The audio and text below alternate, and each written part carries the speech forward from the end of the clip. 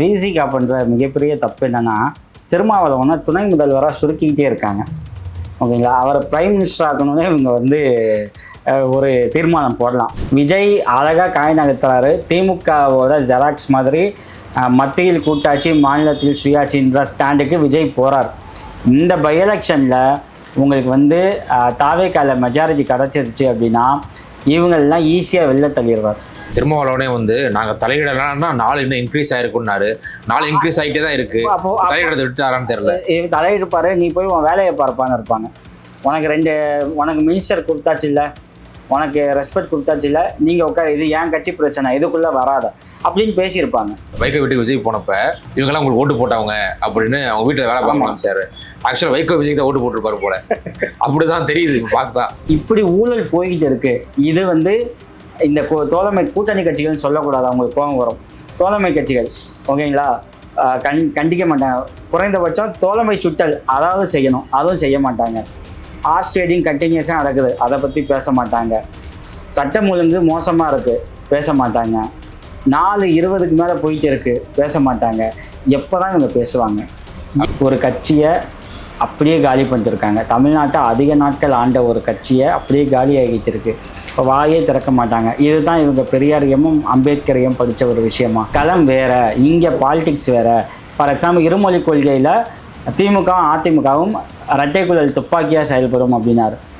மாநில சுயாட்சியை ஆரம்பத்தில் கொஞ்சம் லூஸாக விட்டாலும் பின்னாடி பிடிச்சிட்டாரு. இப்படி எம்ஜிஆரோட செயல்பாடு தேசிய கட்சிகள் உள்ளே வராமல் பார்த்துக்குச்சு. தாவேக்கா இல்லைன்னா திமுக, இந்த 2 கட்சி தான் அடுத்த 30-40 வருஷத்துக்கு இருக்கும். அப்படின்னா தமிழ்நாடு திரும்ப மாநில கட்சிகளோட கண்ட்ரோலில் தான் இருக்கும். அதுவும் நம்ம ஸ்டேட்டோட வளர்ச்சிக்கு சப்போர்ட் பண்ணும். நீங்கள் 2வது கட்ட லீடராக அந்த பாலிடிக்ஸில் வந்தீங்கன்னா அவங்க மதிப்பு இல்லை. சினிமாலேயே தான் நீங்கள் தான் உச்சம்னு சொல்லணும். இப்போ நீங்கள் தான் உச்சம்னா யார் அடிக்கணும் அப்படின்னா அஜித்தையும் ரஜினியும் அடிக்கணும் அப்படின்ட்டு ஃபஸ்ட்டு அஜித்தை அட்டாக் பண்ணாங்க. அஜித்தை அட்டாக் பண்ணி நம்பர் 1 யார் அப்படின்னா விஜய் தான். அதோட ஒரு பாட்டு தான் இந்த சினிமா தேட்டர் ஒன்று உடஞ்சி, அப்புறம் இந்த கில்லி ரீரிலீஸு. ஸோ இதெல்லாம் பக்கா ஸ்கிரிப்டடு, பக்கா ஸ்கெட்ச். ஓகேங்களா? நேராக அடுத்து யார்கிட்ட வந்தாங்கன்னா ரஜினி. ஒரு கம்பெனியில் ஒர்க் பண்ணுறீங்கன்னு வச்சுக்கோங்களேன், ஒரு ஃப்ரெண்டுக்கு நீங்கள் அதே கம்பெனியில் வேலை வாங்கி கொடுங்க, அதை விட தலைவலி வேறு எதுவுமே இல்லைமா. அதுதான் இங்கே இருக்க கவர்மெண்ட்டுக்கும். ஃப்ரெண்ட்ஸை கூப்பிட்டு பக்கத்தில் வச்சுக்கிட்டா அவன் நம்ம ஃப்ரெண்டு தானே உரிமையாக சில விஷயங்களை செய்வாங்க. அதுக்கு யார் பொறுப்பு இருக்கணும்னா விஜய் தான் பொறுப்பு இருக்கணும்.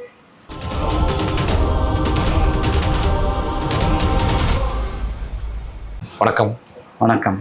இன்னைக்கு இன்னும் ஒரு நியூஸ் ஒன்று பார்க்கோம். பெட்டு செய்தி தான். சேலம் மாவட்டத்தில் ஓமலூரில் விசிக நிர்வாகிகள் திருமாவளவன் திருச்சி கிழக்கில் எலெக்ஷனில் நின்று இடைத்தேர்தலை ஜெயிச்சு துணை முதல்வர் ஆகணும் அப்படின்னு தீர்மானம் நிறைவேற்றிருக்காங்க. விசிகா மட்டும் ஏன் இதையாவது பண்ணிக்கிட்டே இருக்குது? 2 எம்எல்ஏ ஜெயிச்சாங்க, ஒரு மினிஸ்டர் கொடுத்துட்டாங்க. ஒரு மினிஸ்டர் ஒரு முக்கியமான துறை தான். வன்னியரசு நினைச்சா தமிழ்நாட்டில் பல மாற்றங்களை நிகழ்த்தக்கூடிய இடத்துல தான் அவர் இருக்காரு, செஞ்சுக்கிட்டு இருக்காருன்றதையும் பார்க்க முடியுது. அப்படி இருக்கும்போதும் துணை முதல்வர் ஆகணும் அப்படின்ற ஒரு கோரிக்கையாக தொடர்ச்சியாக வந்துக்கிட்டே இருக்குது விசிகாவில். விசிகா பண்ணுற மிகப்பெரிய தப்பு என்னென்னா, திருமாவளவனை துணை முதல்வராக சுருக்கிக்கிட்டே இருக்காங்க.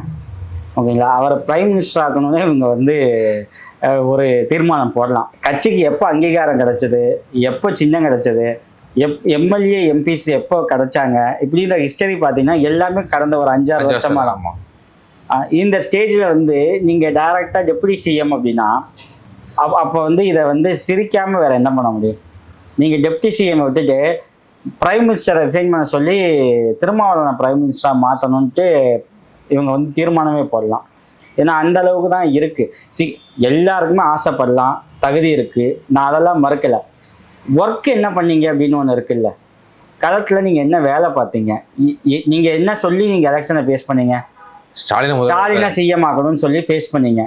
விஜய் கூடாது, எடப்பாடி கூடாது, இதை சொல்லி பாஜகவோட ஆளுன்னு சொல்லிட்டு இருந்தாரு. ஆர்எஸ்எஸோட தத்து பிள்ளையா கைப்பிள்ளைன்னு ஏதோ ஒன்று சொன்னார். சொல்லி தான் நீங்கள் எலெக்ஷனை ஃபேஸ் பண்ணீங்க. அதை நம்பி தானே மக்கள் ஓட்டு போட்டாங்க.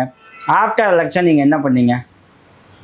நீங்கள் நேராக சப்போர்ட்டு தேவைன்னு சொல்லி ஃபஸ்ட்டு சப்போர்ட் மட்டும் கொடுக்குறேன்ட்டு உள்ளே போயிட்டு பின்னாடியே மினிஸ்ட்ரி கேபினெட்டும் இடம் வாங்கிட்டாங்க. அதாவது ஃபஸ்ட்டே கேபினெட்டில் இடம் கேட்டால் ஒரு அதிருப்தி வரும், திமுக நம்ம தப்பா நினச்சிக்கோம் அப்படின்ட்டு இந்த கேமை ப்ளே பண்ணியிருக்காங்க. இப்போ ஏன் கம்யூனிஸ்ட் ஸ்டாண்ட் எடுக்கல? கம்யூனிஸ்ட் வந்து எங்களுக்கு நாங்கள் வந்து திமுக கம்யூனிஸ்ட்களை விரட்டி அடிக்குது, ஆனால் நாங்கள் வந்து ஆட்சியாளர்லாம் இல்லை, நாங்கள் எதிர்கட்சி தான், ஆதரவு தரோம் அவ்வளோதான் அப்படின்னு ஸ்டாண்ட் எடுத்துட்டாங்கல்ல. அவங்களுக்கும் வந்து ஒரு கட்சிக்கு 2 மணி தான் இருக்காங்க. அப்படிங்கும்போது ஏன் விசிகாவில் ஸ்டாண்ட் எடுக்க முடியல? அதான் சொல்லுவேன், விசிகாவுக்கு கம்யூனிஸ்டுக்கு ஒரு தேசிய கட்சி, அவங்க வந்து நிறைய விஷயங்களை யோசிச்சு முடிவு எடுக்கணும். ஆனால் கம்யூனிஸ்ட் விசிகா அப்படி கிடையாது. ஓகேங்களா? விசிகாவும் வந்து தேசிய கட்சி தானே, வேற வேற மாநிலங்களை போட்டி போகிறாங்க. மகாராஷ்டிரா எலெக்ஷன் வரைக்கும் போயிடுச்சு இல்லை, கம்யூனிஸ்டுகளை கம்பேர் பண்ணுறது விசிகாவும் இருக்குது. போட்டி எங்கே வேணாலும் நீங்கள் போட்டி போடலாம். டெல்லியில் தேமுதிக போய் போட்டி போச்சு பார்த்தோம்ல, மஞ்சள் கலரில் ட்ரெஸ்ஸை போட்டு டெல்லி வீதியே சுற்றுனாங்க. அங்கேருந்து மக்கள்லாம் வித்தியாசமாக பார்த்தாங்க, யார் இவங்க என்ன பண்ணிட்டு இருக்காங்கன்ட்டு. அப்படி போட்டி எங்கே வேணாலும் விசிகா போடலாம். தமிழ்நாடு தான் உங்களுக்கு மெயின். இங்கேயே உங்கள் வாக்கு சதவீதம் என்ன அப்படின்னு பார்க்குறோம்ல. அப்போது இவ்வளவுதான் இங்கே வாக்கு சதவீதம் இருக்குது அப்படின்னா அதுக்கு தகுந்த மாதிரி நம்ம ஆசைப்படணும். இல்லைன்னா ஆசைக்கு தகுந்த மாதிரி உழைப்பு இருக்கணும். ரெண்டுமே இல்லாமல் ஒரு அரசியல் சுச்சுவேஷன் இங்கே வந்து எதிர்பார்க்காத சூழ்நிலை உருவாகி இருக்கு. இதை நான் பயன்படுத்திக்கிட்டு திருமாவளவன் டெப்டி சிஎம்மாக மாற்றுறேன் அப்படின்னா ஆக்சுவலி அந்த டிமாண்டு பேசப்பட்டிருக்கு. விஜய் வந்து டைரெக்டாக இவர் திருமாவளவன்ட்ட ஃபோனில் பேசி இல்லை நாங்கள் இப்போ யாருக்கு அப்படி கொடுக்கறது இல்லை அப்படின்னு சொல்லியிருக்காரு. இதை யார் சொன்னாங்கன்னா திருமாவளவனே சொல்லியிருக்கார். அவங்க எம்பி ரவிக்குமார் அவர் வந்து பேசினதா ஒரு நியூஸ் இருக்குது. ஓகேங்களா? ஆனால் தாவேக தரப்பு இதை ஸ்ட்ரிக்டாக முடியாதுன்னு சொல்லிட்டாங்க. பட் இருந்தாலும் இவங்க வந்து திரும்ப அந்த பாலை போட்டுக்கிட்டே இருக்காங்க. ஏன்னா இங்கே வந்து ஒரு மைனாரிட்டி கவர்மெண்ட்டாக இருக்குது. இப்போ இதை சரியாக யூஸ் பண்ணி நம்ம வந்து டெப்டி சிஎம் ஆகிட்டோம்னா கட்சியை வளர்க்கலாம், அதை வச்சு நம்ம நிறைய பேர் வந்து அவங்கவுங்க செட்டில் ஆகலாம் அப்படிங்கிற பிளானு விசிகாக்கு இருக்குது. இது வந்து தேவையில்லாத தகுதிக்கு மீறின ஆசை. ஏன் திருமாவளவனுக்கு தகுதி இருக்கக்கூடாதான்றது தான் விசிகாவோட முதல் கேள்வியாக இருக்குது. ஏன் எங்கள் தலைவர் என்ன தகுதி இல்லைன்றதான் அவன் கேள்வியாக இருக்குல்ல. ஓட் பேங்க் இல்லை, என்ன தகுதி இருக்குது? 234 தொகுதியிலையும் இவங்க கேண்டிடேட் நிப்பாட்டிட முடியுமா? மக்கள் நல கூட்டணின்னு இவர் வைகோ கொண்டு வந்தார்ல, வைகோ திருமாவளவன் 2 கம்யூனிஸ்ட் கட்சிகள் 4 கட்சிகள் இருந்தாங்கல்ல கூட்டணியில். 234 தொகுதிக்கு இவங்கள்ட்ட கேண்டிடேட் இல்லை. எல்லா கட்சிக்கும் சேர்த்து 100-110 தான் இருக்கு. எல்லாம் ரீஜனல் பார்ட்டிஸ் தான். ஆமாம், வேற ஆப்ஷன் இல்லை. அப்படின் போது நேராக எங்கே போனாங்க? விஜயகாந்த் போனாங்க. நீங்கள் தான் சிஎம் கேண்டிடேட்னு அவருக்கும் ஆசை காட்டி விட்டாங்க. ஸோ இவங்களுக்கு தகுதி இல்லைன்றது இவங்களுக்கே தெரியும். ஓகேங்களா? இப்போ இன்னொரு கேள்வி என்ன வருதுன்னா, இப்போ ராஜினாமா பண்ணிட்டு டிவிக்கு வந்திருக்கிற ஏடிஎம்கே எம்எல்ஏஸ் எல்லாமே விசில் தான் நிற்க போகிறாங்க. இப்போ கூட்டணி கட்சி சீட்டு கொடுக்க போதா டிவிக்கு ஒரு கேள்வி இருக்கிற. இடைத்தேர்தல் வந்து 10 தொகுதிக்கு வந்து வச்சுக்குவோம், 10 விசிலாக தான் நிற்கும். 10 விசில் ஜெயிச்சாதான் விஜய்க்கு தேவையான 118 கிடைக்கும். இதில் எப்படி கூட்டணிக்கு சீட்டு கொடுப்பாங்க? கூட்டணி விசில கொடுப்பாங்களா? இல்லை, கூட்டணிக்கெலாம் இல்லை. கூட்டணிக்கு ஆல்ரெடி நீங்கள் கொடுத்த 2 சீட்டுக்கு உங்களுக்கு கேபினெட்டில் இடம் கொடுத்தாச்சு, அவ்வளோதான். இப்போ நான் பை எலெக்ஷனை பேஸ் பண்ணுறேன், நானே பார்த்துக்கிறேன், எனக்கு உங்கள் சப்போர்ட் தேவையில்லை. விஜய் அழகாக காய் நகர்த்துறாரு. திமுகவோட ஜெராக்ஸ் மாதிரி மத்தியில் கூட்டாட்சி மாநிலத்தில் சுயாட்சின்ற ஸ்டாண்டுக்கு விஜய் போகிறார். இந்த பை எலெக்ஷனில் உங்களுக்கு வந்து தாவேக்கால மெஜாரிட்டி கிடச்சிருச்சு அப்படின்னா இவங்களெலாம் ஈஸியாக வெளில தள்ளிடுவார். ஈஸியாக வெளில தள்ளிட்டு தாவேக்கா தனிச்சு இங்கே ஆட்சி அமைக்கக்கூடிய சூழ்நிலையை விஜய் கொண்டு போவார். ஏன்னா இவங்க மேலே வந்து விஜய்க்கு நம்பிக்கை இல்லை. ஏன் நம்பிக்கை இல்லைன்னா, இந்த இப்படி உட்காந்து தீர்மானம் போட்டுட்டு இருந்தால் எப்படி நம்புவாங்க? நாளைக்கு டெப்டி சிஎம் ஆவாங்க, அதை வச்சுட்டு நம்ம தான் சிஎம்னு சொல்லுவாங்க, நம்ம எம்எல்ஏ விலைக்கு வாங்க பார்ப்பாங்க. இப்படி பல விஷயம் இருக்குது இல்லைங்களா? ஸோ அதனால் வந்து தாவேக்கா வந்து இந்த பை எலெக்ஷனில் வந்து என்ன பண்ணுவாங்க அப்படின்னா அவங்க ஆட்களை நிப்பாட்டி அவங்களோட ஸ்ட்ரென்த்தை அதிகமாக்க தான் பார்ப்பாங்க.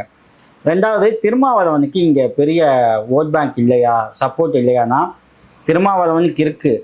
ஆனால் அதில் இன்னொரு ஃபேக்டர் நீங்கள் கவனிக்கணும். திருமாவளவன் லாஸ்ட் டைமு 10 வருஷமாக திமுக கூட இருந்தார். திமுகவை டார்கெட் பண்ணுறதுக்காக நீ எவ்வளோ பெரிய ஆள் தெரியுமா, உன் பவர் என்ன தெரியுமா, நீ நினச்சின்னா இங்கே சிஎம் ஆகிடலான்ட்டு திருமாவளவனை இங்கே பலர் உசிப்பேத்திட்டு இருந்தாங்க, பாகுபாடு இல்லாமல். அது திருமாவளவனோட சொந்த பவர் கிடையாது, இவங்க உசுப்பேத்தினது. ஊடகத்தில் ஒரு பிரச்சனை இருந்து ஒரு பத்திரிகையாளரை போய் பார்த்து உங்களுக்கு பிடித்த அரசியல் தலைவர் யாருன்னு கேட்டால் கலைஞர்னு சொல்லக்கூடாது, அம்மானு சொல்லக்கூடாது, மோடின்னு சொல்லக்கூடாது, சொன்னால் நம்மளை வந்து முத்திர குத்துருவாங்க, திருமான்னு சொல்லிடுவாங்க. திருமான்னு சொல்லிட்டு நமக்கு ஈஸியாக ஒரு முற்போக்கு முகமூடி கிடைச்சிடும், வாங்கி மாட்டிக்கலாம். மாட்டிட்டு ஒரு முற்போக்காளர் நான் திருமா சப்போர்ட்டர் அப்படின்னு சொல்லிக்கலாம். அப்படி சப்போர்ட் பண்ணி பல பேர் நாங்களை விசிகா சப்போர்ட்டர்ஸாகவே காட்டிக்கிட்டாங்க. அவங்களாம் எங்கள் டிவிகே சப்போர்ட்டர்ஸாக இருக்காங்க. அதுதாங்க எதுக்கு வந்து திருமாவளவன் சப்போர்ட் ஆகுனா பெரிய நமக்கு வந்து பாதிப்பு இல்லைன்னா, திருமாவளவனுக்கு ஓட் பேங்க் சின்னது. ஸோ அவர் எல்லா மக்களையும் அனுசரித்து ஒரு பாலிடிக்ஸ் பேச வேண்டிய அவசியம் இல்லாததால் கொள்கை சார்ந்த பாலிடிக்ஸை ரொம்ப டீப்பாக பேசினார். ஏன்னா அது வந்து அவரோட ஓட் பேங்கை பெருசாக அட்டாக் பண்ணாது. அப்படியான பாலிடிக்ஸை இங்கே மோடியோ ஸ்டாலினோ பேச முடியாது. திருமாவளவனோட ஓட் பேங்க்குங்கிறது எப்படி இருக்குது, ஆக்சுவலாக எப்படி இருக்குது அப்படின்னா, எங்கெல்லாம் பாமக ஓட் பேங்க் இருக்கோ அது எதிராக திருமாவளவன் ஓட் பேங்க் இருக்கே தவிர திருமாவளவனுக்கான vote bank, ideology vote bank எங்கே இருக்குது? அதான் சொல்கிறேன்.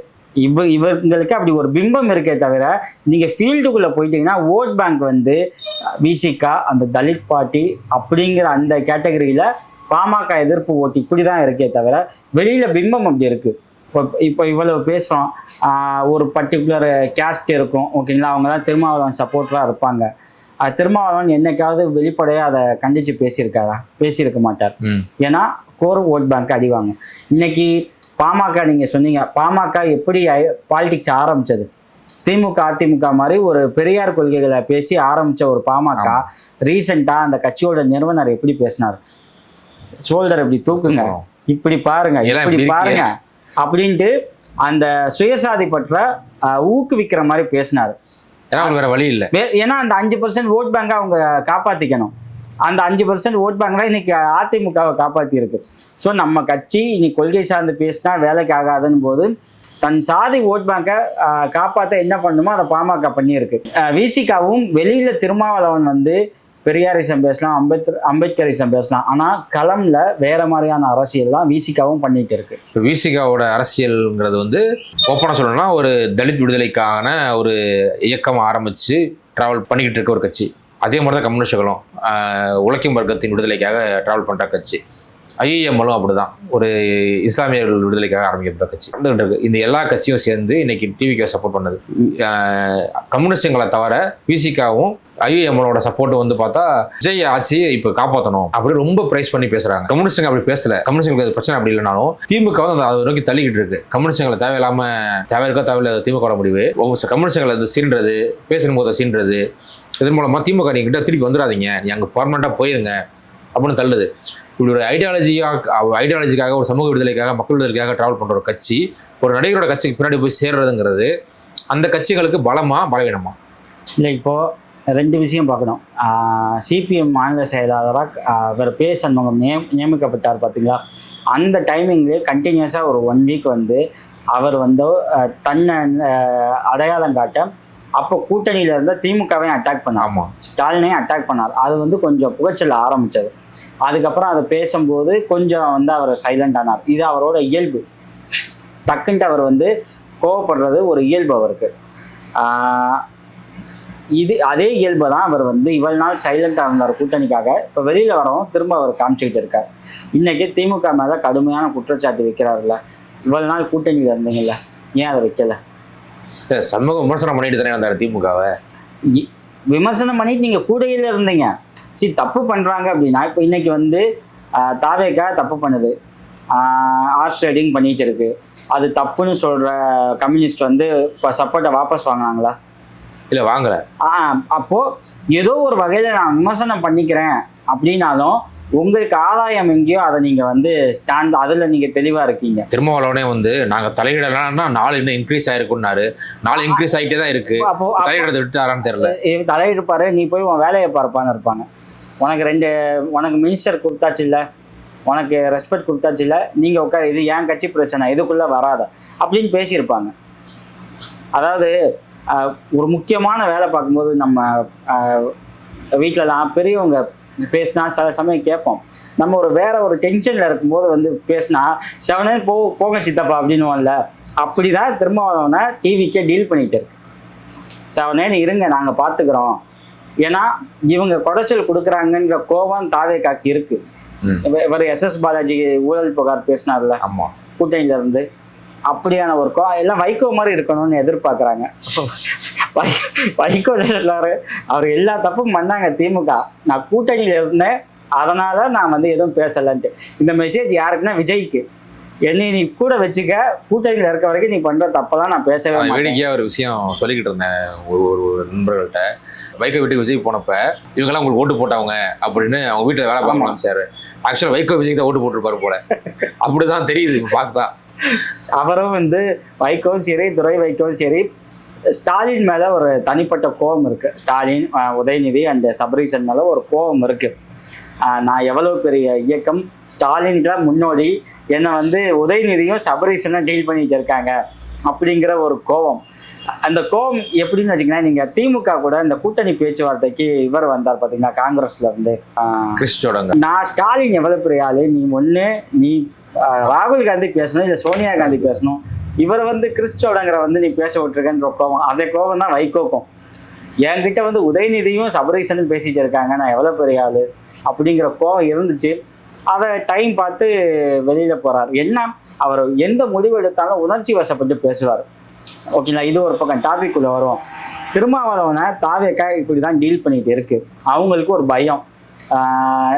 இது வந்து இப்போ பை எலெக்ஷன்ல தாவேக்கா வின் ஆயிடுச்சு அப்படின்னா நமக்கான இது இருக்காது, பவர் இருக்காது, சீக்கிரம் நம்ம கேபினெட்டையும் அவங்க வந்து பறிக்க வாய்ப்பு இருக்கு. சரி, வேற என்ன பண்ணலாம், இந்த டோரு மூடிடுச்சுன்ட்டு இந்த கவுண்டமணி மாதிரி தெரியாம போயிட்டேன்ட்டு வந்தா திமுக கோபமா இருக்கும்.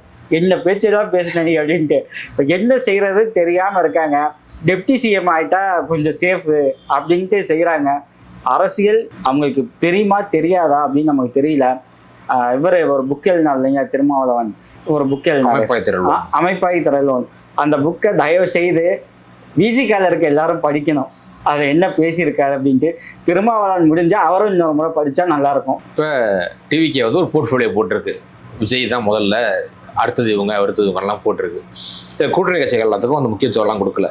இப்போ இன்னொன்று வந்து கூட்டணி கட்சிகள்லாம் விஜய் ஆதரிச்சதுக்கு காரணம், இப்போ மைனாரிட்டி கவர்மெண்ட்டாக இருக்குது, ஆளுநர் ஆட்சி வந்துடக்கூடாது, ஆளுநர் ஆட்சி வந்துச்சு அப்படின்னா பாஜக கவர்மெண்ட் உள்ள வந்துடும், நாங்கள் வந்து சப்போர்ட் பண்ணி ஆளுநர் ஆட்சியத்தை காப்பாற்றுறோம் அப்படின்னு தான் சொன்னாங்க. இன்னொன்று, நாங்கள் வந்து தப்பு நடக்காமல் பார்த்துக்குவோம், எங்களை நாங்கள் தட்டி கேட்க முடியும், மெஜாரிட்டி கவர்மெண்ட்டாக எங்களை எதுவும் கேட்க முடியாது, மைனாரிட்டி கவர்மெண்ட்டாக தட்டி கேட்க முடியும் அப்படின்னு சொன்னாங்க. ஊழல் குற்றச்சாட்டு வந்திருக்கு. அதிக அட்வொகேட்ஸ் இருக்க கட்சி விசிகா. அரசு தரப்பு வழக்கறிஞர்கள் நியமிக்கிறதுல 35 வருஷம் அஞ்சம் கட்டிருக்காங்க அப்படின்ற குற்றச்சாட்டு வைக்கிறாங்க. இதை 120 கோடி வரைக்கும் பணம் பரிமாறி இருக்கலாம்னு சொல்றாங்க. இந்த குற்றச்சாட்டுலாம் யார் வைக்கிறாங்கன்னா தாவேக்கா இருக்கவங்களே வைக்கிறாங்க. என் கட்சிக்காரன் லஞ்சம் கேட்கறான் அப்படின்னு சொல்றாங்க. இது வரைக்கும் அப்படி யாரும் சொன்னதே இல்லை. செந்தில் பாலாஜி மேல கம்ப்ளைண்ட், ஊழல் புகார் கொடுத்தவங்கலாம் வேலைக்கு அப்ளை பண்ணாங்க. அவங்க வேற கட்சியாக கூட இருக்கலாம். இவங்க பார்த்தா எங்கள்கிட்ட கேட்குறாங்க.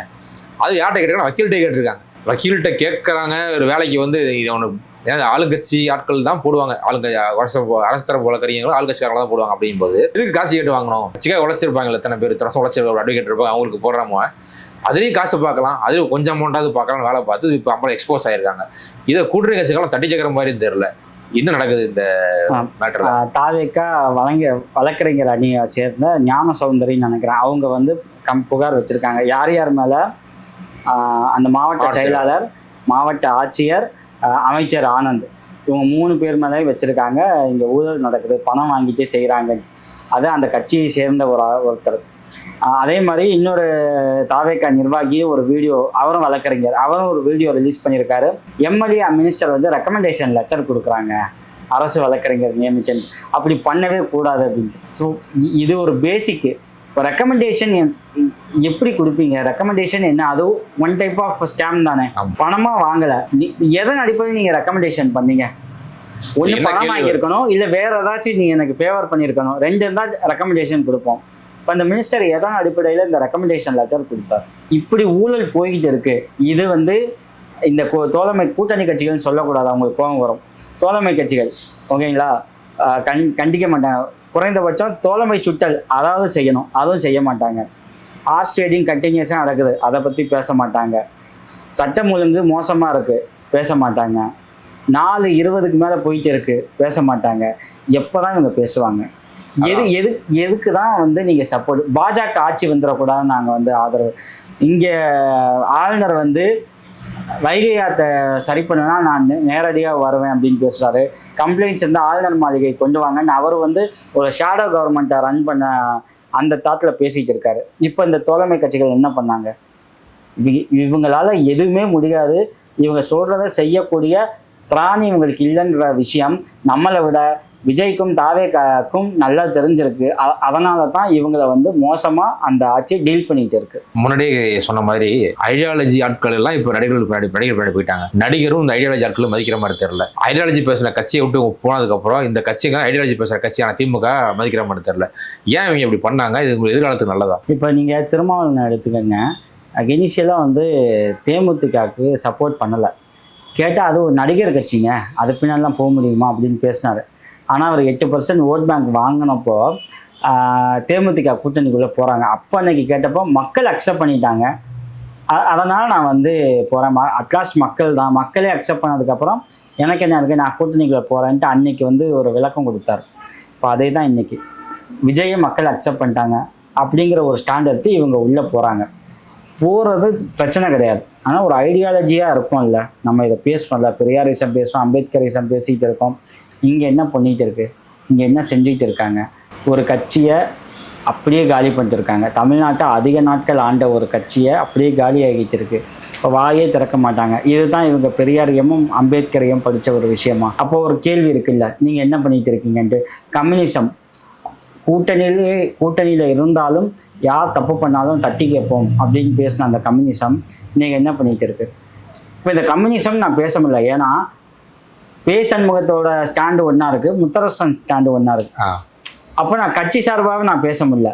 2 கம்யூனிஸ்டுகள் பேசுவோம். இந்த கம்யூனிஸ்ட் ஒரு ஸ்டாண்ட் எடுக்கிறார், இந்த கம்யூனிஸ்ட் ஒரு ஸ்டாண்ட் எடுக்கிறார் அப்படின்ட்டு. நான் என் சேனல்லையும் ஒன்று பேசியிருப்பேன். சிபிஎம் வந்து சிபிஐயை வலதுசாரி கம்யூனிஸ்ட்னு விமர்சிச்சாரு. இன்னைக்கு சிபிஎம் என்ன ஸ்டாண்ட் எடுக்குது? இப்போ இது வலதுசாரி கம்யூனிஸ்டாக போயிட்டு இருக்குல்ல. கம்யூனிஸ்ட்லேயே வலதுசாரின்னு சொன்னால் அதை விட கஷ்டம் என்ன இருக்குது? ஆனால் அப்படி தான் இங்கே போயிட்டு இருக்கு. தாவேக அரசு இவ்வளவு தப்பு பண்ணுது, ஆனாலும் நீங்கள் வந்து கேட்க மாட்டீங்க அப்படின்னா என்ன லாஜிக்? ஒரு ஊடகமும் ஒரு கொள்கையாளரும் யாரை ஃபஸ்ட்டு விமர்சிக்கணும் அப்படின்னா ரூலிங் பார்ட்டியில் இருக்கவங்க.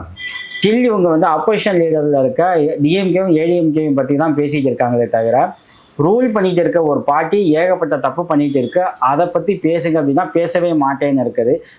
என்ன டைப் ஆஃப் கம்யூனிசம்னு எனக்கும் தெரியல. இப்போ டிவிகேல சேர்ந்த ஆட்கள்லாம் பார்த்தா மினிஸ்டர்ஸ் சேர்ந்தாங்க, எக்ஸ் மினிஸ்டர் சேர்ந்தாங்க, எம்எல்ஏக்கள் சேர்ந்தாங்க. வைகை செல்வன்லாம் வந்து போவாருன்னு நான் எதிர்பார்க்கவே இல்லை. வைகை செல்வனும் போயிட்டாரு. அதிமுக எடப்பாடி பழனிசாமி எல்லாம் வந்து எடப்பாடிக்கு ஒத்துக்காத ஆட்களை அனுப்புறாங்க.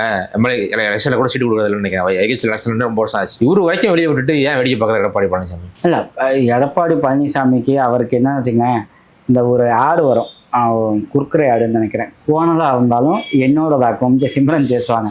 அப்படி இந்த கட்சி எவ்வளவு சின்ன கட்சிக்காக இருந்தாலும் அது என்னோட கட்சி அப்படிங்கிற ஸ்டாண்டு இருந்தால் போதும். 5% ஓட் பேங்க் உள்ள ஒரு கட்சியாக மாறினா கூட அதுக்கு நான் தான் லீடர் அப்படிங்கிற ஒரு ஸ்டாண்டுக்கு எடப்பாடி பழனிசாமி வந்துட்டார். போகிறவங்கலாம் போகட்டும், எனக்கு பிரச்சனை இல்லை, இந்த கட்சிக்கு நான் தான் பொதுச் செயலாளர் அப்படின்ட்டு. போகிறவங்களுக்கு என்னென்னா ஏதாவது ஒரு ஆதாயம் இருக்கணும். இல்லை, அரசியலில் இருக்கும், ஏதாச்சும் ஒன்று இருக்கணும். ஒன்று அதிமுகவில் இருக்கணும், இல்லை தாவேக்காவில் இருக்கணும். தாவேக்கா சிலரை கூப்பிட்டுருக்கு, சிலர் வந்து அவங்களா போக ஆரம்பிக்கிறாங்க. எப்படியா இருந்தாலும் அங்கே இருக்க கூடாரம் காலியாகி இங்கே வந்துச்சுன்னா நமக்கு ஃபேவர். நாளைக்கு திமுக தாவேக்கான் மட்டும்தான் பாலிடிக்ஸ் இருக்கும், அதுதான் விஜயோட ஆசையும். அது இருக்கும்ல, அதை நோக்கி நம்ம போவோம் அப்படின்ட்டு அவங்க வந்து இதை வந்து அக்செப்ட் பண்ணிக்கிறாங்க, வரவங்கெல்லாம் சேர்த்துக்க அப்படின்ட்டு. அவங்களால 10 ஓட்டு 100 ஓட்டு நமக்கு கிடைச்சா கூட லாபம் தான் அப்படிங்கிற ஒரு ஸ்டாண்ட். இப்போ எம்ஜிஆர் எப்படி திமுக உடச்சிட்டு வெளியே வந்து டிஎம்கே ஏடிஎம்கே என்ற பாலிடிக்ஸை ஒரு 50-60 வருஷமாக தமிழ்நாட்டில் வச்சு கட்டி காத்தாரோ, அடுத்த 50 வருஷத்துக்கு விஜய் வந்து டிஎம்கே டிவிகே என்ற பாலிடிக்ஸை கொண்டு போக ஆரம்பிச்சிருவாரா? இல்லை, நம்ம தமிழ்நாடு இவ்வளவு முன்னேறி இருக்குது அப்படின்னா எல்லாரும் கலைஞரை வந்து நம்ம அப்ரிஷியேட் பண்ணுவோம், ஓகேங்களா? ஏன்னா அவர் வந்து அண்ணா கலைஞரை பேசுவோம். நிறைய பேர் வந்து எம்ஜிஆரை பேச மாட்டாங்க. நம்ம எம்ஜிஆரை இங்கே முக்கியமாக பாராட்ட வேண்டிய விஷயம் இருக்குது. ஏன் அப்படின்னா காங்கிரஸோட த்ரெட்டனிங் பேரில் தான் அதிமுக ஆரம்பித்தாங்க அப்படிங்கிற ஒரு குற்றச்சாட்டு இருக்குது. ஆனால் அது எப்படியோ இருக்கட்டும், ஓகேங்களா? ரைட்டோ தப்போ அது செகண்டு. ஆனால் அப்படி அதிமுகவை ஆரம்பித்தவர் தேசிய கட்சிகள் சொன்னதை கேட்கலை. இல்லை, இங்கே களம் வேறு, இங்கே பாலிடிக்ஸ் வேறு. ஃபார் எக்ஸாம்பிள் இருமொழி கொள்கையில் திமுகவும் அதிமுகவும் இரட்டைக்குழல் துப்பாக்கியாக செயல்படும் அப்படின்னாரு. மாநில சுயாட்சியை ஆரம்பத்தில் கொஞ்சம் லூஸாக விட்டாலும் பின்னாடி பிடிச்சிட்டாரு. இப்படி எம்ஜிஆரோட செயல்பாடு வந்து தேசிய கட்சிகள் உள்ளே வராமல் பார்த்துக்குச்சு. காங்கிரஸை காலி பண்ணிச்சு, கம்யூனிஸ்டத்தை காலி பண்ணிச்சு, ஜனதா காங்கிரஸை காலி பண்ணிச்சு. இப்படி பல காங்கிரஸை வந்து காலி பண்ணது அதிமுக. அந்த அதிமுக விசஸ் திமுக பாலிடிக்ஸு இங்கே நிலையாக நின்னதுக்கு எம்ஜிஆரோட திடமான அந்த ஸ்டாண்டு முக்கியமான ஒரு விஷயம். அப்படியான ஸ்டாண்ட் இருக்க போக தான் இன்னைக்கு தமிழ்நாடு இந்த 50 இயர்ஸில் டெவலப் ஆகியிருக்கு. எம்ஜிஆர் அந்த ஸ்டாண்ட் எடுத்தாருன்னா அவர் டிஎம்கேல இருந்தார். டிஎம்கேவே ஒரு டெல்லிக்கு எதிரான ஒரு கட்சி, காங்கிரஸ்க்கு எதிரான கட்சி தானே டிஎம்கே. அப்போ அந்த மைண்ட் செட் ஒரு ஈஸியாக இருந்திருக்கும். டிஎம்கே ஸ்டார்டிங்ல இருந்து டிராவல் பண்ணுறது எம்ஜிஆர். இவருக்கு அந்த மைண்ட் செட் இருக்க மாதிரி தெரியல. அதுதான் சொல்றேன், எம்ஜிஆரை ஃபாலோ பண்றேன் அப்படின்னு விஜய் பேசுறாரு பார்த்தீங்கன்னா, எம்ஜிஆர் இந்த விஷயத்த பண்ணார், இதை நீங்க ஃபாலோ பண்ணணும். இல்லை, அதுக்கான காரணம் எம்ஜிஆர் இருந்துச்சுல்ல, அவர் மைண்ட் செட்டே அதுவாக தான் இருந்திருக்கும். என்னதான் சொன்னாலும் யோசிச்சு பார்த்தோம்னா நமக்கு சின்ன வயசுல படிச்சது ஞாபகத்துக்கு வர மாதிரி, நம்ம வாழ்க்கை கற்றுக்கிட்டது எங்கே தானே, இப்போ நம்ம அப்படி தானே இருக்கணும் அப்படின்ற மைண்ட் செட் அந்த முடிவுக்கு வந்திருப்பாரு. விஜய் அப்படி வந்திருக்க. விஜய் வந்து தமிழ்நாட்டில் பிராட்டப் ஆகி வந்தவர் தானே. விஜய் பார்த்த பழகின அரசியல் எல்லாம் திராவிட அரசியல் தானே. அவர் ஒன்றும் காங்கிரஸ் ரூலிங்ல இருந்தப்போ வந்த ஆள் இல்லை. ஸோ இங்கே இயல்பாகவே தமிழ்நாட்டு மக்களுக்கு மாநில கட்சிகள் தான் இருக்கணும், ரூல் பண்ணணும் அப்படிங்கிற எண்ணம் இருக்குது.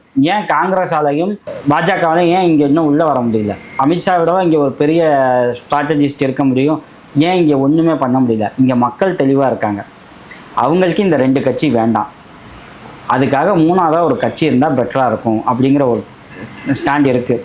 அது தேசிய கட்சியாக இருக்கக்கூடாது, ஜாதிய கட்சியாக இருக்கக்கூடாது அப்படிங்கிற தெளிவு அவங்கள்ட்ட ஏற்கனவே இருந்திருக்கு. அதனால தான் யார் வந்தாலும் அவங்க சேர்த்துக்கல. ஓகேங்களா? மக்களுக்கு என்ன அப்படின்னு வச்சுக்கோங்களேன், விஜய் வரணும், விஜய் தான் காப்பாற்றுவார் அப்படிங்கிற ஒரு தாட்லாம் இல்லை. ஒரு வாய்ப்பு கொடுப்போம் அப்படிங்கிற ஒரு வாய்ப்பு கொடுத்துருக்காங்க. ஆனால் இந்த விஜய் வந்து இதை பிடிச்சி என்ன பண்ணும், பாலிடிக்ஸ் ரைட்டோ தப்போ, பாலிடிக்ஸு ஸ்டேட் பார்ட்டிக்குள்ளே மட்டும்தான் இருக்கும், சென்ட்ரல் பார்ட்டிக்கு இங்கே ஸ்பேஸ் இல்லைன்ற சுச்சுவேஷன் எப்படி எம்ஜிஆர் உருவாக்குனாரோ அப்படியான விஷயத்த விஜயும் உருவாக்கணும். அது உருவாக்குற மாதிரி தான் தெரியுது. ஏன்னா கூட இருக்கிறதையும் போய் கிளம்பு ஆமாம் 120 வந்தால் போதுன்ற மைண்ட் செட்டில். ஆமாம், அப்படி அந்த பாலிடிக்ஸை உருவாக்குனாருன்னு வச்சுக்கோங்களேன். எய்தர் இப்போ இருக்க ஸ்டாண்டை வச்சு நான் சொல்கிறேன், ஓகேங்களா, நாளைக்கு என்ன வேணால் நடக்கலாம். ஏன்னா அண்ணாமலை வேறு ஸ்டேட் பார்ட்டி தான் கொண்டு வர ஐடியாவில் இருக்கார். தாவேக்கா இல்லைன்னா திமுக, இந்த 2 கட்சி தான் அடுத்து 30-40 வருஷத்துக்கு இருக்கும். அப்படின்னா தமிழ்நாடு திரும்ப மாநில கட்சிகளோட கண்ட்ரோலில் தான் இருக்கும். அதுவும் நம்ம ஸ்டேட்டோட வளர்ச்சிக்கு சப்போர்ட் பண்ணும். அந்த ஒரு விஷயத்த விஜய் செய்யணும். 2வது, விஜய் வந்து அவரோட ஆட்சியில் நடக்கிற பிரச்சனைகளை வந்து சரி பண்ணிக்கணும். ஏன்னு வச்சுக்கோங்களேன், எப்பயுமே மக்களோட இயல்பு என்ன அப்படின்னா, தெரியாத பிசாசை விட தெரிஞ்ச பேயே மேல் அப்படின்னு தான் இருப்பாங்க. அப்படி தான் புதுசாக யாருக்கும் வாய்ப்பு கொடுக்காம இந்த 2 கட்சிகளுக்கே வாய்ப்பு கொடுத்தாங்க. புதுசாக யாராவது வந்தால் தேவையில்லாத பிரச்சனை வரும், இதுனா நம்ம வந்து நமக்கு என்ன பிரச்சனை வரும்னாது மக்களுக்கு தெரிஞ்சிடும். ஏன்னா இப்போ பார்த்தா தமிழ்நாட்டில் பெரும்பாலும் எதிர்க்கிறது நீட் எக்ஸாம் வேண்டாம்னு நினைக்கிறாங்க. இருக்க சிஸ்டம் ஃபாலோ பண்ணுவோம், நான் +2 நல்ல மார்க் தான் எடுத்து வரேன்னு சொல்கிறாங்க. நீட் எக்ஸாமுக்கு தான் திமுக எதுவும் பண்ணல, டிவிக்கே எதுவும் பண்ணல. அப்படிங்கிறப்ப என்னத்தை எதிர்த்துட்டாங்கன்ற ஒரு கேள்வி வரும்ல. இல்லை, அதாவது இப்போ வந்து எதிர்க்க முடியல, எதுவும் பண்ண முடியல, லீகலாக எதுவும் பண்ண முடியல. மாநில கட்சிகளால், தமிழ்நாட்டில் இருக்க மாநில கட்சிகளால் லீகலாக எதுவும் பண்ண முடியல, அவ்வளோ ஸ்ட்ராங்காக இருக்குது. ஆனால் அது வேண்டாங்கிற மைண்ட் செட் இவங்களுக்கு இருக்குல்ல, அந்த மைண்ட் செட் தான் நமக்கு முக்கியம். அது திமுக கிட்டேயும் இருக்குது, தாவேகா கிட்டேயும் இருக்குது, அதிமுக கிட்டே இருக்குது. இந்த மைண்ட் செட் யார்கிட்ட இருக்குது அப்படின்னா இங்கே இருக்க மாநில கட்சிகள். நீங்கள் தமிழ்நாட்டில் நீட் எக்ஸாம் வேணும்னு சொல்கிற கட்சி எதுன்னு பார்த்தீங்கன்னா பாஜக மட்டும்தான். பாஜக கூட இருந்ததால் சில கட்சிகள் வந்து அது சின்ன கட்சிகள் சொல்லியிருக்கலாமே தவிர நாளைக்கு அவங்க ஸ்டாண்டை மாற்றிடுவாங்க. பாஜகவும் காங்கிரஸும் மட்டும்தான் இந்த ஸ்டாண்டில் தெளிவாக இருப்பாங்க. மாநில கட்சிகள், தமிழ்நாட்டில் இருக்க மாநில கட்சிகள் நீட் எக்ஸாம் வேண்டாம் அப்படிங்கிற ஸ்டாண்டில் தான் இருப்பாங்க. அவங்களுக்கு அந்த மைண்ட் செட் இருக்குது. அந்த மைண்ட் செட்டை தான் நம்ம கவனிக்கணும். நாளைக்கு சந்தர்ப்பங்கள் சரியாக அமையும் பட்சத்தில் அன்றைக்கி திமுக இருக்குமோ தாவேகா இருக்குமோ அதை சரியாக பயன்படுத்தி நீட் எக்ஸாமை தமிழ்நாட்டு மக்களுக்கு வேண்டாங்கிற ஒரு இடத்துக்கு கொண்டு போக இங்கே இருக்க மாநில கட்சிகளால் முடியும். பாஜக வந்து இல்லை காங்கிரஸோ வந்தால் நம்ம அதை செய்ய முடியாது. ஸோ தமிழ்நாட்டை மாநில கட்சிகள் ஆளணும். தேசிய கட்சிகளுக்கு எவ்வளோ சீக்கிரம் விஜய் வந்து டாட்டா காட்டுறாரோ அவ்வளவு சீக்கிரம் வந்து தமிழ்நாட்டுக்கு இன்னும் நல்லது. இப்போ இன்னொன்று இருக்குல்ல, விஜய்க்கு மெஜாரிட்டி இல்லாத மாதிரி பாஜகவுக்கு மெஜாரிட்டி இல்லை. அதனால பாஜக அமைதியாக இருக்கலாம். பாஜகவுக்கு 29 மெஜாரிட்டி வந்துருச்சுன்னா விஜய்க்கு கொடுக்கக்கூடிய டார்ச்சரை விஜய் யூஸ் பண்ணுவார். அதுதான் சொல்கிறேன். இப்போது நீங்கள் வந்து திமுக இத்தனை வருஷத்தில் பார்க்காத ப்ரெஷரா, திமுகவும் இப்போ பாஜக 2 டைம்ஸ் வந்து மெஜாரிட்டி இருக்குது. இப்போ திமுக கிட்ட அந்த லீகல் விங்கு பயங்கர ஸ்ட்ராங். நீங்கள் இருக்கிற பொலிட்டிக்கல் பார்ட்டிலேயே டிஎம்கேவோட லீகல் விங்கு தான் பயங்கர ஸ்ட்ராங். அப்படியான ஒரு அணியை வந்து தாவேகா உருவாக்கணும், அதை எதிர்கொள்ளணும். நீங்கள் பாலிடிக்ஸ்னு வந்தாச்சு, பாஜக வந்து கூப்பிட்டு வச்சு இந்த ஒரு ரீல் வருமே, ஏன் கோவமாக பேசுங்க, மகிழ்ச்சியாக சொல்லுங்கன்னா அந்த பொண்ணை மடியில் தூக்கி வச்சு ஏன்பா அடிச்சன்ட்டு அப்படிலாம் பாஜக கொஞ்சம் அது கோவமாக தான் திட்டம். அதை ஃபேஸ் பண்ண வேண்டிய திராணியை தாவேக்கா தான் வளர்த்துக்கணும்னா போர்க்களத்துக்குள்ளே இறங்கிட்டேன், இப்போ வந்து நான் என்கிட்ட நீங்கள் தன்மையாக பேசுங்க, குணமாக சொல்லுங்கன்னா அதை எப்படி சொல்லும்? நீங்கள் தான் அட்டாக் பண்ணி அந்த பாலிடிக்ஸ் எடுக்கணும். விஜய் அட்டாக்ங்கிறது எப்போ 120 வந்ததுக்கு அப்புறம் நடக்குமா? அட்டாக் பண்ணால் நல்லது, அது எப்போ பண்ணுவாங்க நமக்கு தெரியல. திமுகவை மட்டுமே திட்டிக்கிட்டு இருந்தால் வேலைக்காகாது. இன்னைக்கு திமுகவை திட்டி நீங்கள் ஒன்றும் ஆட்சிக்கு வரல, ஏன்னா மெஜாரிட்டி யாரும் கொடுக்கல. திமுக அணிக்கு கிட்டத்தட்ட 17 லட்சம் ஓட்டு தான் கம்மி விஜயை கம்பேர் பண்ணும்போது. ஸோ திமுகக்கு எதிரான ஒரு அலை இங்கே இருக்குது அப்படின்னு நம்ம பேச முடியாது. மக்கள் ஒரு மாற்றம் இருக்குது, கொடுத்து பார்ப்போம் அப்படின்னு கொடுத்து பார்த்துருக்காங்க. அவங்களுக்கு சாட்டிஸ்ஃபைடான ஸ்டேஜ் வந்து தாவேக்கா கொடுத்துச்சு அப்படின்னா கண்டினியூ பண்ணுவாங்க. இல்லைன்னு வச்சுக்கோங்களேன், வேணாப்பா இந்த தெரியாத பிசாசு வேணாம், நம்ம தெரிஞ்ச பேய்கிட்டே போயிடுவோம்னு சொல்லிட்டு திரும்ப திமுகவை இல்லை அதிமுகவிட்டே வரக்கூடிய வாய்ப்பு அதிகம். அதை விஜய்க்கும் புரியும். அப்படி புரிகிறதால தான் என்ன பண்ணாரு, அதிமுகவை காலி பண்ணிட்டு இருக்காரு. சரி, தெரிஞ்ச பேய் அப்படிங்கிற இடத்துல திமுக அதிமுகவுக்கு பதிலாக நீ திமுக தாவேக்கா வச்சுக்க, ஒன்றுனா இல்லைன்னா அங்கே, இல்லை அங்கே இல்லைன்னா இந்த பைபோலார் பாலிடிக்ஸே இங்கே திரும்ப இருக்கட்டும் அப்படிங்கிற ஸ்டாண்டு விஜய்க்கு இருக்கு. இப்போ டிவிகே கவர்மெண்ட் மேலே என்ன ஒரு குற்றச்சாட்டு வச்சிருக்காங்க அப்படின்னா, எம்எல்ஏக்கள் இல்லாத ஆட்கள்லாம் வந்து உள்ளே வராங்க, இது வந்து அரசோட ரகசிய காப்பு பிரமாணத்துக்கு எதிரானது அப்படின்ற ஒரு குற்றச்சாட்டை திமுக வந்து முன் வச்சிருக்கு. இன்னொன்று இப்போ ஒரு நியூஸ் ஒன்று வந்திருக்கு, இடைத்தேர்தலில் ஜான் வரகேசாமி நிற்க போகிறாரு, எம்எல்ஏ ஆக போகிறாரு, மினிஸ்டர் ஆக போகிறாருன்ற ஒரு நியூஸ் வந்திருக்கு.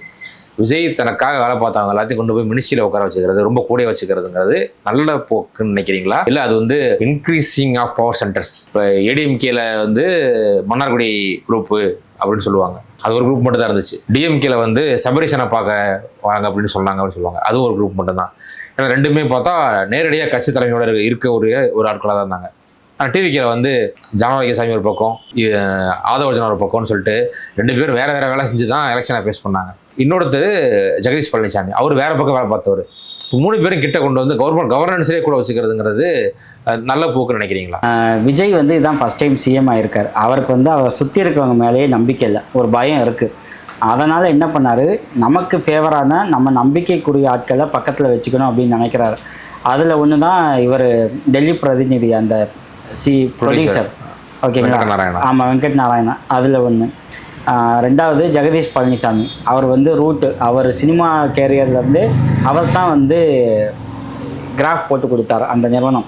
இப்போ நீங்கள் வந்து பாலிடிக்ஸில் வரீங்க அப்படின்னா, நீங்கள் 2வது கட்ட லீடராக அந்த பாலிடிக்ஸில் வந்தீங்கன்னா அவங்க மதிப்பு இல்லை, சினிமாலேயே தான் நீங்கள் தான் உச்சம்னு சொல்லணும். இப்போ நீங்கள் தான் உச்சம்னா யார் அடிக்கணும் அப்படின்னா அஜித்தையும் ரஜினியும் அடிக்கணும் அப்படின்ட்டு ஃபஸ்ட்டு அஜித்தை அட்டாக் பண்ணாங்க. அஜித்தை அட்டாக் பண்ணி நம்பர் 1 யார் அப்படின்னா விஜய் தான். அதோட ஒரு பாட்டு தான் இந்த சினிமா தேட்டர் ஒன்று உடஞ்சி, அப்புறம் இந்த கில்லி ரீரிலீஸு. ஸோ இதெல்லாம் பக்கா ஸ்கிரிப்டடு, பக்கா ஸ்கெட்ச், ஓகேங்களா? நேராக அடுத்து யார்கிட்ட வந்தாங்கன்னா ரஜினியெல்லாம் இயல்பாலாம் உருவாகலை, ரஜினியை பர்பஸாகவே அட்டாக் பண்ணாங்க. ரஜினியை மீறி தமிழ் சினிமாவில் விஜய் தான் டாப் அப்படிங்கிற ஒரு ஸ்டாண்டை கொண்டு போய் நிப்பாட்டினாதான் அங்கேருந்து விஜய் பாலிடிக்ஸில் வராரு அப்படின்னு சொல்ல நல்லா இருக்குன்னு சொல்லிட்டு அப்படி ஒரு கேம் பிளான் பண்ணாங்க. அது ஒர்க் அவுட் ஆகியிருக்கு. ஸோ அதனால் ஜெகதீஷ் பழனிசாமி மேலே விஜய்க்கு நம்பிக்கை இருக்குது. ஸோ இது ஒரு விஷயம். அடுத்து ஜான் ஆரோக்கியசாமி பாமகக்கு வேலை பார்த்துருக்காரு, மோடிக்கு வேலை பார்த்துருக்காரு, எஸ்பி வேலுமணிக்கு வேலை பார்த்துருக்காரு. ஸோ அவரோட சீமானுக்கு வேலை பார்த்துருக்காரு. ஸோ அவரோட ஸ்ட்ராட்டஜிஸும் ஒர்க் அவுட் ஆகியிருக்கு. ஸோ இவங்கெல்லாம் நமக்கு நம்பிக்கை உரிய ஆட்கள் அப்படிங்கிற அடிப்படை விஜய்க்கு இருக்குது. ஸோ இவங்கள பக்கத்தில் வச்சுக்குவோம், அதுதான். இப்போது இவர் விஷ்ணு ரெட்டி அண்டு ஜான் ஆரோக்கியசாமி 2 பேரையும் வந்து ஆலோசகராக வச்சுருக்காரு. அஃபீஷியலாக ஜிஓ இப்போ வரைக்கும் ரிலீஸ் ஆகல. ஜெகதீஷ் பழனிசாமிக்கு அவர் ரிலீஸ் பண்ணல, அவராக சொல்ல போக அலர் எஸ்டே ஜிஓ வெளில வந்துச்சு. இப்போ இதைத்தான் திமுக என்ன பண்ணியிருக்கு அப்படின்னா ஒரு ட்ரம்ப் கார்டாக யூஸ் பண்ணியிருக்கு. இவங்க யார், இவங்க அரசு அதிகாரியே இல்லை, இவங்களை கூட்டணி வந்து தலைமைச் செயலகத்தில் விட்ற, இவங்க கேபினெட்டில் மீட்டிங் போடுறாங்க, இவங்க அதிகாரிகளுக்கு ஆலோசனை கொடுக்குறாங்க. ஸோ இது வந்து அஃபிஷியல் சீக்ரெட்ஸ் ஆக்ட்ஸ், அதுக்கு அகெயின்ஸ்டான ஒரு விஷயம் அப்படிங்கிற ஒரு கம்ப்ளைண்ட் கொடுத்துருக்கு. இப்போது தாவேக்கு என்ன பண்ணணும், இவங்க 2 பேரும் ஆலோசகராக நியமித்ததுக்கான ஜிஓவை ரிலீஸ் பண்ணணும், இல்லை திமுக வச்ச குற்றச்சாட்டுக்கு பொறுப்பெடுக்கணும். இது வந்து ஒரு செக் பாயிண்ட். தாவேக்கா என்ன செய்ய போகுதுன்ட்டு. இதன் மேலே சிஎம் மேலே நடவடிக்கைகள் எடுக்க முடியாது. திரும்ப இவர் மேலே இருக்க நம்பிக்கையை வந்து குலைக்கிற ஒர்க்கை தான் டிஎம்கே பண்ணியிருக்கு. இவர் ஒரு நம்பகமான சிஎம் இல்லை, ஒரு வெளிப்படையான சிஎம் இல்லை அப்படிங்கிற ஒரு இமேஜை கிரியேட் பண்ணுறதுக்கான வேலைகளை திமுக பண்ணிகிட்டு இருக்கு. அதுக்கு தாவேக்கா இடம் கொடுக்குது. ஏன் இடம் கொடுக்குது அப்படின்னா, விஜய்க்கு இருக்க அந்த சிஎம் விஜய்க்கு இருக்க அந்த ஒரு மைண்ட் செட் நம்ம ஜெயலலிதா விட மேலே. ஏன்னா அவரோட செயல்பாடை பார்க்கும்போது ஜெயலலிதாவுக்கு மேலே தான் இருக்கார். பொதுவாக ஜெயலலிதாவை என்ன சொல்லுவாங்கன்னா, ஈஸியாக அணுக முடியாது, அவங்களுக்கு ஈகோ அதிகமாக இருக்கும் அப்படின்னு தான் ஒரு குற்றச்சாட்டு இருக்குது. இப்போ விஜயை பார்க்கும்போது ஜெயலலிதா பரவாயில்ல அப்படிங்கிற ஸ்டேஜுக்கு தான் இருக்குது, ஈஸியாக அணுக முடியல. ஆனால் மக்களோட இருக்க மாதிரி காட்டிக்கிறாருல்ல, பிரக்யானந்தா கூட செஸ் விளையாடுறாரு, மாரத்தான் ஓடுறாரு. அதாவது மக்கள் விஜயை நம்புகிறாங்க, விஜய் மக்களே நம்பலை. ஏன்னா கேண்டிடேட்டே யாருன்னு தெரியாமல் ஓட்டு போட்டது மக்கள். ஆனால் கேண்டிடேட்டை எப்படி நிப்பாட்டினார் விஜய்னா, அங்கே எந்த ஜாதி அதிகமாக இருக்குது, எந்த மதம் அதிகமாக இருக்குது அப்படிங்கிற பார்த்து தான் விஜய் வந்து கேண்டிடேட்டை ப்ளேஸ் பண்ணார். ஏன்னா மக்கள் மேலே விஜய்க்கு நம்பிக்கை இல்லை, ஆனால் விஜயை மக்கள் நம்புகிறாங்க. அந்த நம்பிக்கை மக்கள் நம்புகிற வரைக்கும் விஜய் சிஎம் விஜய் வந்து சிஎம்மாகவே கண்டினியூ பண்ணுவார். அவரோட தப்புகள் வெளியில் பெருசாக தெரியாது. மக்களுக்கு எப்போலாம் நம்பிக்கை குறைய ஆரம்பிக்குதோ அன்னைக்கு வந்து விஜய் சீக்கிரம் எக்ஸ்போஸ் ஆவார். அது வந்து அந்த கட்சிக்கும் இந்த ஆட்சிக்கும் நல்லதில்லை. எப்படி வந்து நல்லதில்லை? இப்போ ஜானோரகியசாமிங்கிறவர் ஒரு ஸ்ட்ராட்டஜிஸ்ட், அவர் வந்து ஒரு ஸ்கில்டு பர்சன் வச்சுக்குவோமே, அவர் ஒன்றும் தெரியாது ஒன்றும் கிடையாது, ஒரு ஸ்ட்ராட்டஜிஸ்ட். அவர் மினிஸ்ட்ரிக்குள்ளே வந்தால் கூட இருந்தால் தமிழ்நாட்டுக்கு சில நல்லது செய்யலாம்னு விஜய் நினைக்கலாம் இல்லையா? ஜானோரகியசாமியை மினிஸ்டர் ஆக்கக்கூடாதுன்னு நம்ம ஒன்று சொல்லலாம். நீங்கள் அட்லாஸ்ட் நீங்கள் வந்து எலெக்ஷனில் நிற்க போகிறாரு, மக்கள் வந்து ஓட்டு போட்டாங்க அப்படின்னா ஜெயிக்க போகிறாரு, ஜெயிச்சா நீங்கள் மினிஸ்டர் ஆக்கிக்கங்க, பிரச்சனை இல்லை. இன்றைக்கி வந்து அதை ஏன் வெளிப்படையாக செய்யலை அப்படிங்கிறது தான் மேட்டர். நீங்கள் பார்த்தீங்க அப்படின்னு வச்சுக்கோங்களேன், விஜய்க்கு தெரிஞ்சவர் நண்பர்கள் இந்த வட்டமே இருக்குன்னா, திமுக மேலே வச்ச குற்றச்சாட்டுன்னா அந்த குடும்பமே இருக்குன்னு. அந்த குடும்பம் என்ன அவங்களே வந்து சிஎம் ஆயிட்டாங்களா, அவங்களே டெப்டி சிஎம் ஆயிட்டாங்களா? மக்கள் வந்து செலக்ட் பண்ணுறாங்கல்ல. இந்த ஆட்சி திரும்ப வந்தால் உதயநிதி வந்து டெப்டி சிஎம் ஆவாருன்ட்டு போன முறை தெரிஞ்சுதானே ஓட்டு போட்டாங்க. இந்த ஆட்சி திரும்ப வந்தால் உதயநிதி வந்து கடைசி நேரத்தில் அவர் சிஎம்மாக கூட வர வாய்ப்பு இருக்குன்னு தெரிஞ்சுதானே உதயநிதியை செலக்ட் பண்ணாங்க. இப்போ மக்கள் வந்து தெரிஞ்சு தான் அவங்க வந்து ஓட்டு போட்டு செலக்ட் பண்ணுறாங்க, ஓகேங்களா? அதே தான் இங்கேயும் நடக்கும்.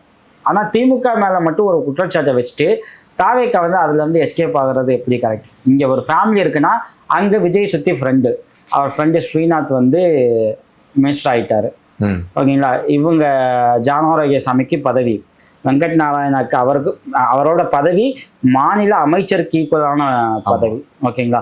இப்படி அவரை சுற்றி இருக்க ஆட்கள் வைக்கிறீங்க. சஞ்சீவ்கிட்ட கேட்குறாங்க, அடுத்த ப்ராஜெக்ட் வர போகிறீங்க அப்படின்னு கேட்குறாங்க. எப்போ வேணாலும் நடக்கும். அவங்க அரசியலுக்கே வரமாட்டேன், என் ஃபேமிலியிலேருந்து யாருமே வரமாட்டாங்கன்னு ஸ்டாலின் சொன்னார். ஆனால் இன்னைக்கு என்னாச்சுன்னு பார்த்தோம். ஸோ இன்னைக்கு சஞ்சீவ் சொல்லலாம், நாளைக்கு வரலாம், ப்ரெஷர் விழுக வாய்ப்பு இருக்குது, எனக்கு ஒன்று கொடு அப்படின்ட்டு. சரி, நண்பர்கள் இருந்தால் சேஃப்ன்ற ஒரு ஸ்டாண்டுக்கு வருவாங்க. ஏன்னா இப்போ இருக்க ஆதவ தப்பு பண்ண மாட்டாரா, ஏதாவது தப்பு பண்ணி விஜய்க்கு ஒரு நெருக்கடி வரலாம். அமைச்சர் ஆனந்த் மேலே இப்போ ஒரு குற்றச்சாட்டு வந்துருச்சு, ஊழல் குற்றச்சாட்டு. ஸோ இவங்கெல்லாம் பக்கத்தில் இருக்க விட நண்பர்கள் இருந்தால் பெட்டர் அப்படின்னு அவர் யோசிக்கலாம். அப்படி யோசிச்சு செஞ்சாலும் அதுதான் இன்னும் ரிஸ்க்காக மாறும். ஏன்னா ரிஸ்க் ஆகும். நீங்கள் ஒரு கம்பெனியில் ஒர்க் பண்ணுறீங்கன்னு வச்சுக்கோங்க, ஒரு ஃப்ரெண்டுக்கு நீங்கள் அதே கம்பெனியில் வேலை வாங்கி கொடுங்க, அதை விட தலைவலி வேறு எதுவுமே இல்லை. அதுதான் இங்கே இருக்க கவர்மெண்ட்டுக்கும். ஃப்ரெண்ட்ஸை கூப்பிட்டு பக்கத்தில் வச்சுக்கிட்டா அவன் நம்ம ஃப்ரெண்டு தானே உரிமையாக சில விஷயங்கள் செய்வாங்க. அதுக்கு யார் பொறுப்பு இருக்கணும்னா விஜய் தான் பொறுப்பு இருக்கணும். அப்புறம் இல்லை சின்ன சின்ன விஷயத்துக்கெல்லாம் ஏன் தலையை உருட்டுறீங்கன்ட்டு அங்கே தான் பஞ்சாயத்து ஆரம்பிக்கும். அதனால் வந்து நெருங்கிய வட்டத்தில் கொடுக்குறது ஒரு ஆபத்தான விஷயம். ஏன்னா உடனடியாக நம்மளால் ஆக்ஷன் எடுக்க முடியாது. அந்த சிக்கலில் சிஎம் விஜய் வந்து சிக்குவாரான்னு நமக்கு தெரியல. ஓகே, பார்க்கலாம் விஜய் அடுத்து என்ன பண்ணுறாருன்னு. நன்றி.